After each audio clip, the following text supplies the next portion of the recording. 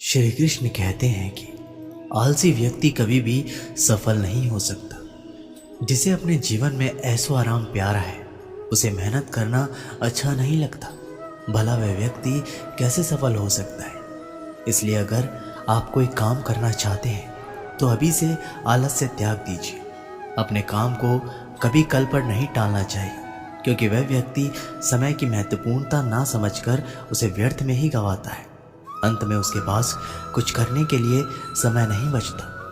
किसी भी व्यक्ति के अपने जीवन में सफल ना होने के सबसे मुख्य कारण होते हैं खुद पर भरोसा ना होना। जीवन में वही व्यक्ति सफल होता है जिसे खुद पर भरोसा हो। जिस व्यक्ति को खुद पर भरोसा नहीं है वो कभी भी सफल नहीं हो सकता। जिंदगी में हर मौके का फायदा उठाओ, पर किसी के मजबूरी का नहीं। अगर जिंदगी मौका देती है तो धोखा भी देती है। आज के ज़माने में सुखी होना तो स्वार्थी बनना पड़ेगा। ये हम नहीं, इस युग की सत्य हकीकत है। जो हमारे जज्बातों की कद्र नहीं कर सकते, उनके पीछे पागल होना प्यार नहीं, बेवकूफ़ी है।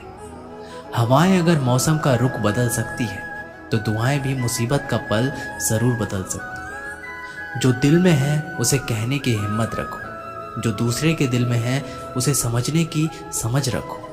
रिश्ते कभी नहीं टूटेंगे। अपनी लगन, धैर्य, हिम्मत और सकारात्मक विचारों के सहारे इंसान अनेक विकट परिस्थितियों में भी सफलतापूर्वक बाहर आ सकता है। यह एक निश्चित बात है कि आप काम खत्म नहीं कर सकते अगर आप काम शुरू नहीं करेंगे। किसी भी काम का सबसे कठिन हिस्सा काम को शुरू करना है। कभी हार मत मानो। आज कठिन है, कल बदतर होगा, लेकिन कल के दिन के बाद सुनहरा होगा। अगर इंसान में कुछ करने की इच्छा हो तो दुनिया में कुछ असंभव नहीं है। जहाँ दूसरों को समझना मुश्किल हो जाए, वहाँ खुद को समझा लेना ही बेहतर है। बदन है मिट्टी का, सांसें सारी उधार है। घमंड भी है तो किस बात का, यहाँ तो हम सब किराएदार हैं। परेशानियाँ जिंदगी का हिस्सा है।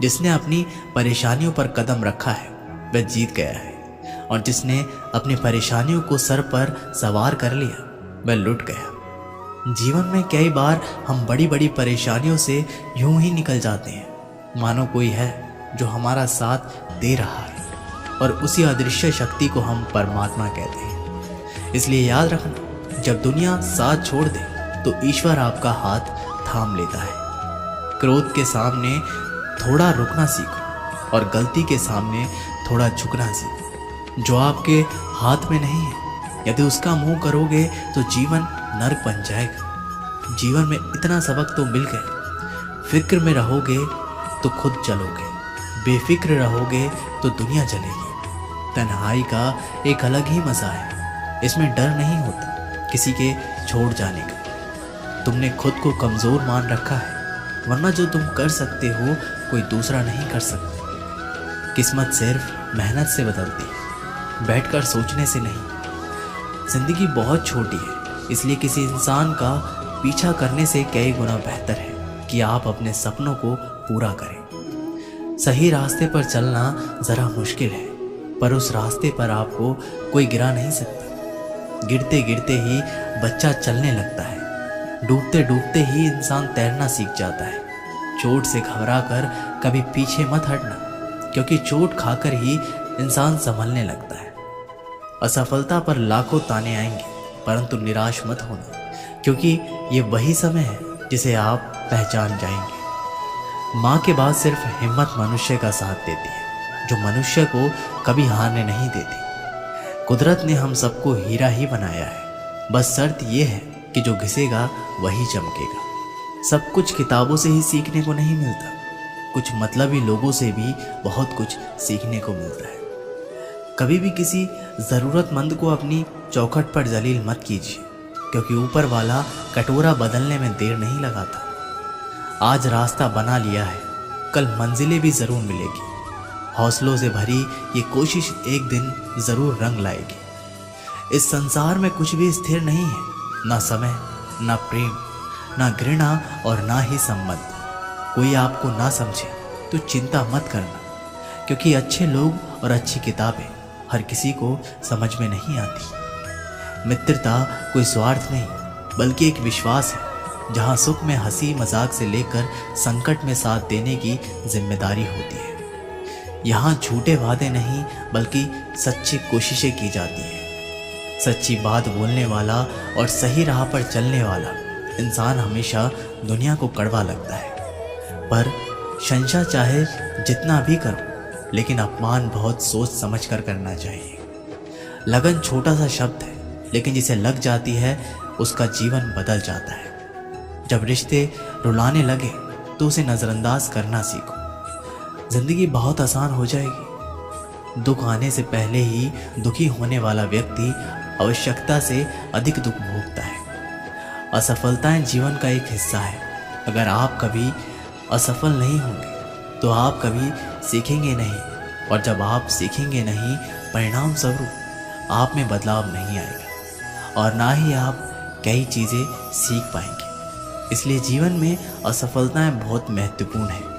वक्त से लड़कर जो नसीब बदल दे इंसान, वही जो तकदीर बदल दे।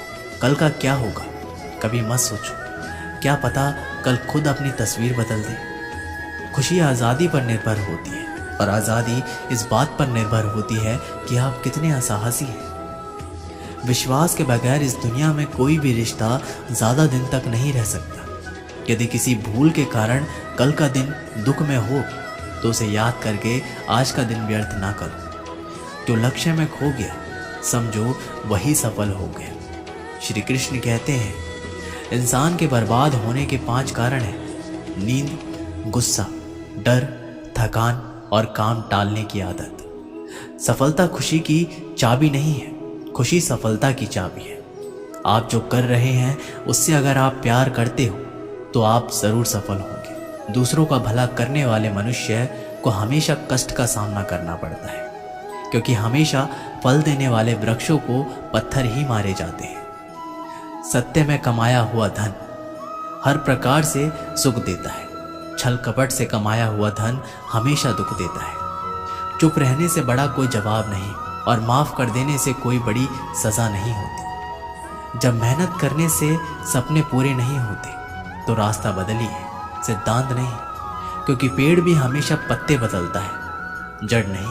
किसी की संगत से आपके विचार अगर शुद्ध होने लगे तो समझना कि वो इंसान कोई साधारण व्यक्ति नहीं है। आपका कठिन समय ही आपको मजबूत बनाता है।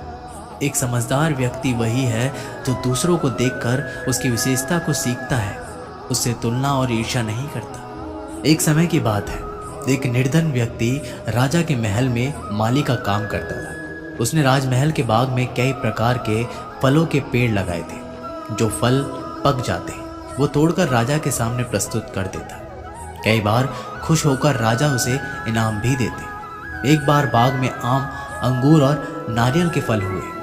माली टोकरी लेकर बाग में पहुंचा और सोचने लगा कि आज कौन सा फल महाराज के लिए ले जाऊं। कुछ देर सोचने के बाद उसने अंगूर तोड़ लिए और टोकरी में भरकर राजा के पास पहुंचा। उन दिनों राजा कुछ चिंतित था। उसे गुप्तचर द्वारा सूचना मिली थी कि पड़ोसी राज्य का राजा उस पर आक्रमण की तैयारी में है। वह बस इस बारे में गहन सोच विचार में डूबा हुआ था। तभी माली उसके पास पहुंचा और चुपचाप उसके सामने टोकरी रखकर कुछ दूर जाकर बैठ गया। राजा मंथन करते करते टोकरी से अंगूर उठाकर खाने लगा। वह आधा अंगूर खाता और आधा फेंक देता, जो माली के ऊपर गिरता। ऐसे ही अंगूर माली को लगता। वह कहता, भगवान तू बड़ा दयालु है। सोच विचार में डूबे राजा का ध्यान इस और था ही नहीं कि वह अंगूर माली के ऊपर फेंक रहा है। एक बार फिर उसने अंगूर माली के ऊपर फेंका और माली ने फिर से कहा, भगवान तू बड़ा दयालु है। इस बार राजा का ध्यान माली की ओर चला गया। उसने आश्चर्य से उसे देखा और पूछा, माली, मैं तुम पर झूठे फल फेंक रहा हूं और तुम कह रहे हो भगवान तू बड़ा दयालु है। इसमें भगवान की कैसी दया? माली ने उत्तर दिया, महाराज, आज बाग में 3 तरह के फल थे, आम, अंगूर और नारियल। मैं सोच रहा था कि आपके लिए कौन सा फल लाऊं। भगवान की दया से मेरी बुद्धि में आया कि आपके लिए अंगूर ले चलूं और मैं अंगूर ले आया। यदि मैं आम या नारियल ले आता तो सोचिए मेरा हाल क्या होता। इसलिए मैं कह रहा हूं कि भगवान बड़ा दयालु है। राजा माली का उत्तर सोचने लगा। कि वह व्यर्थ में चिंतित है। भगवान की दया से उसे समय रहते पड़ोसी राज्य के राजा के पहल से की हुई योजना का पता चल गया। इससे उसे अपने राज्य की रक्षा की तैयारी का पर्याप्त समय मिल गया। उसने भगवान को धन्यवाद दिया और राजा की रक्षा की तैयारी में जुट गया। जब युद्ध हुआ तो उसमें उसकी विजय हुई और उसने अपना राज्य बचा लिया। दोस्तों, इस वीडियो में हमें यही सीख मिलती है कि समय का चक्र ऐसा ही है, कभी अच्छा समय आएगा तो कभी बुरा। अच्छा समय में भगवान को धन्यवाद देना भूल जाते हैं और बुरे समय में शिकायत करने लग जाते हैं, जबकि आवश्यकता है कि अच्छे समय के लिए हम भगवान को धन्यवाद करें और बुरे समय के लिए आभार व्यक्त करें कि हमें हर परिस्थिति का सामना करने के लिए ही वह हमारे सामने वह परिस्थितियाँ उत्पन्न की है।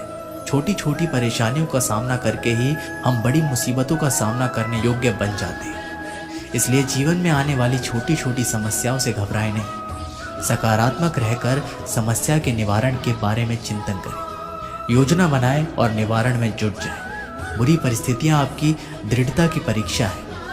तो दोस्तों, ये वीडियो यहीं पर समाप्त होती है। आशा करते हैं कि आप लोगों ने इस वीडियो से बहुत कुछ सीखा होगा। मिलते हैं एक नई वीडियो के माध्यम से। तब तक के लिए अपना ख्याल रखिएगा और एक बार कमेंट बॉक्स में ज़रूर लिखिए। जय श्री कृष्ण।